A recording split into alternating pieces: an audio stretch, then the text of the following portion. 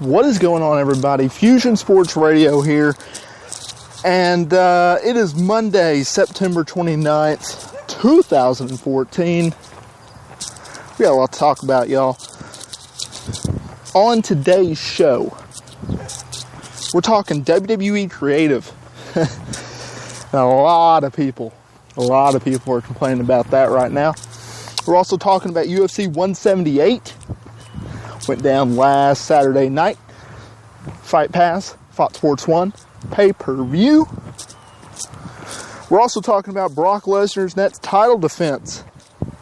Who's he going to face? Talk about that. Also, does WWE, including Susan G. Komen, does it help the product? I'll explain why it does. Also, we'll be previewing tonight's WWE Monday Night Raw that is in Chicago, Illinois. CM Punk showing up? I'll discuss why. So let's get into WWE Creative right now. Wow. If you noticed on Twitter, a lot of people are complaining about the product now. I think talking about how Raw going 3 hours, way too long. Everyone gets that. The product in general, from an in-ring standpoint, is probably as good as it's been in a while. The creative, not so much. You got a superstar feuding with a bunny, and overall insulting our intelligence. WWE is a family-based product. We get this. We understand this. I'm not saying going back to TV 14, not saying going back to the Attitude Era. I'm simply stating that PG can work. It will work. It has worked. And it will continue to work. What I'm saying is, insulting our intelligence on a weekly basis is not the way to go.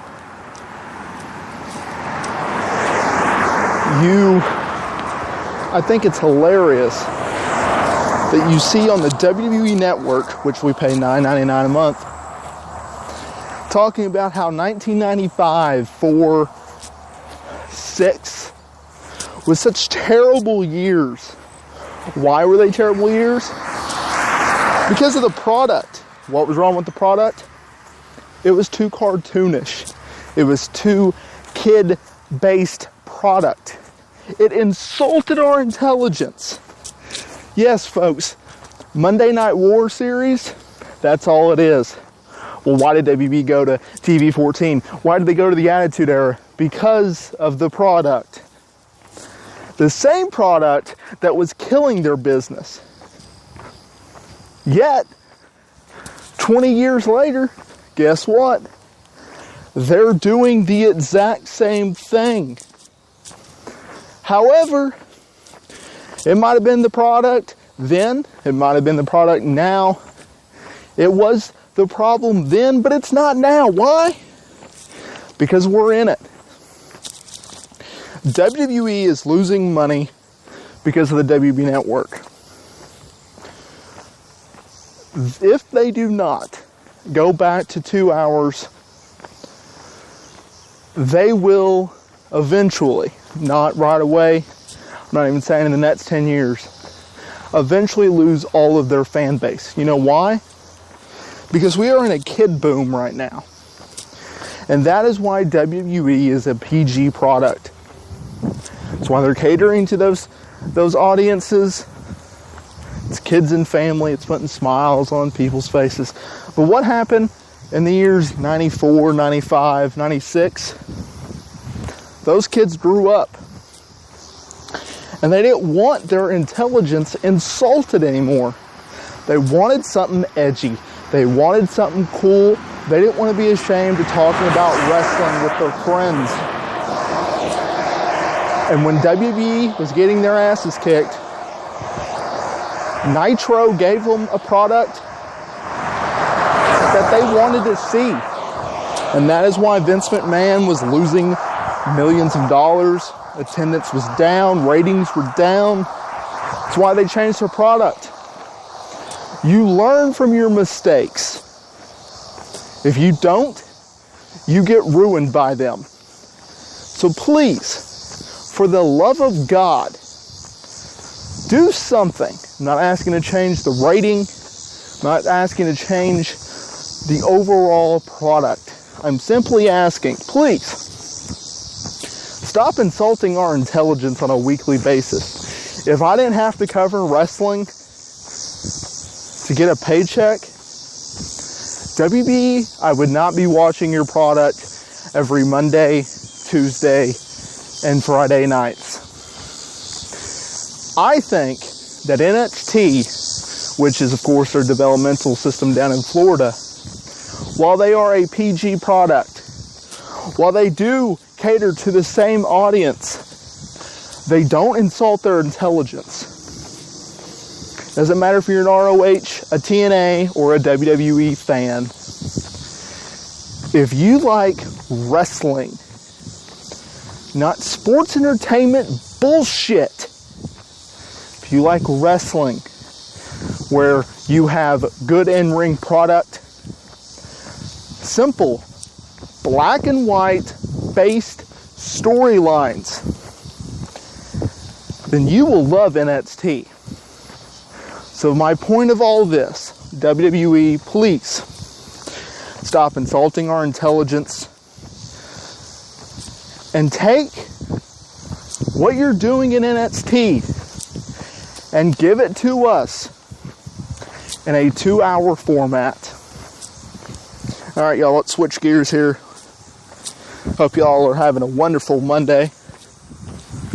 Brock Lesnar. Good old Brock. He defended his championship against John Cena last month. Well, not last month. I guess it would be 2 weeks ago by now. It's the 29th. See, folks, everyone makes mistakes. He defended against John Cena. And as of last Monday night, which was the post-Raw after Night of Champions, there was no mention of Brock Lesnar. There was a mention of Paul Heyman, but yeah, he didn't appear even though he was advertised to appear. He was actually advertised to appear an hour before his segment was supposed to come on.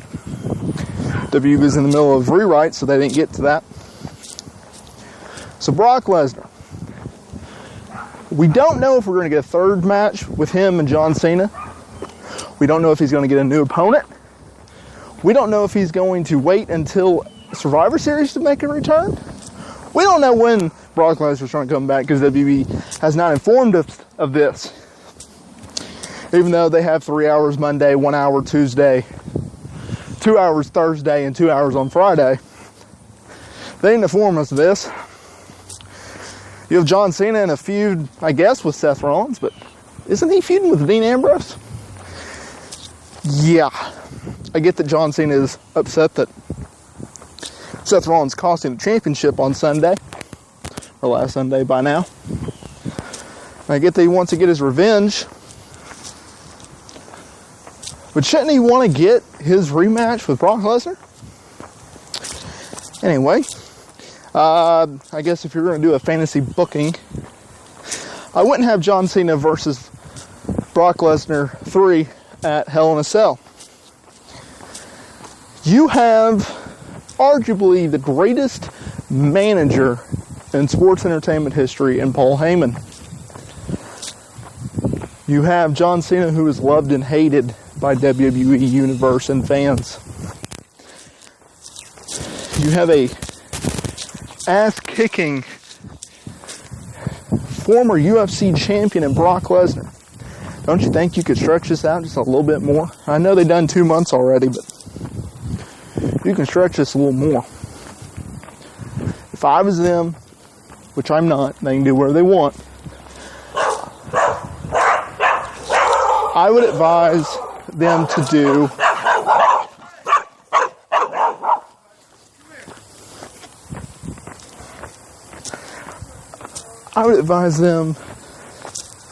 so I just got almost attacked by dogs. to do and wait until Survivor Series. It's 1 month. Just postpone it just a little bit longer, and you will be fine. Let's get into UFC 178. Demetrius Johnson beat Chris Karios to retain the flyweight championship. Eddie Alvarez made his UFC debut against Donald Cowboy Cerrone, but got beat. As far as the Demetrius Johnson's fight, he proved once again why he is the #1 flyweight in the world, and put on a hell of a show. And I'm a fan of his. I think his fights are interesting, but I think he and the smaller fighters have the same issue. When you look at their names on paper, you can't get that interested in it because you're like, I can't really see a knockout. Might see a submission. It just doesn't stand out as like a lightweight or a light heavyweight or a heavyweight or a middleweight or anything like that. It just doesn't stand out to you. And it's nothing against those guys. That's just the way it is. And the lead up to it is not as exciting as you would say a heavyweight, a light heavyweight, a middleweight, or even a welterweight. But once they step into the cage and you see these guys fight, it's like, wow, these dudes can fight. Very entertaining, very fast paced. There's always action. There's not a lot of standing around, and they get the job done. So in that sense, Demetrius Johnson is a beast. He could fight John Dotson again. He could fight Joseph Benavidez again if he really wanted to. But I think he's getting to the point where he's running out of contenders, and he may want to look to going up a weight and see what he can do there. Back to Eddie Alvarez, made his UFC debut. Wouldn't say he got completely destroyed by Donald Cowboy Cerrone, but I wouldn't say that he showed the real Eddie Alvarez. Don't get me wrong, great fight. Just, Cowboy Cerrone is a beast right now, and he is on fire, and he is running through guys like nothing. He's a knife through butter, and he's showing you that he is the real deal at 155. Conor McGregor, #1 contender, hands down. Ran through Dustin Poirier, knocked him out. The beast, the kid is a beast. And you can say that about a lot of guys, but there's a difference between a great fighter and a beast of a fighter, and that kid is a beast. Love watching him fight.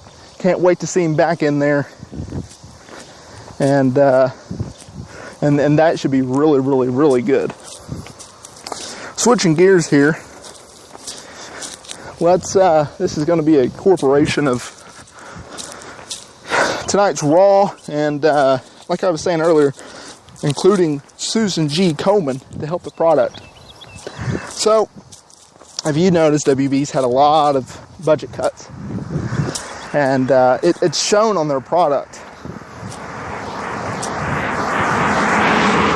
And their stages are the same, the rings are the same. I hate the freaking white ropes. I think if you're going to have two brands, you should differentiate the brands. Why is one different from the other? They're all white ropes, they all look the same. Drives me nuts.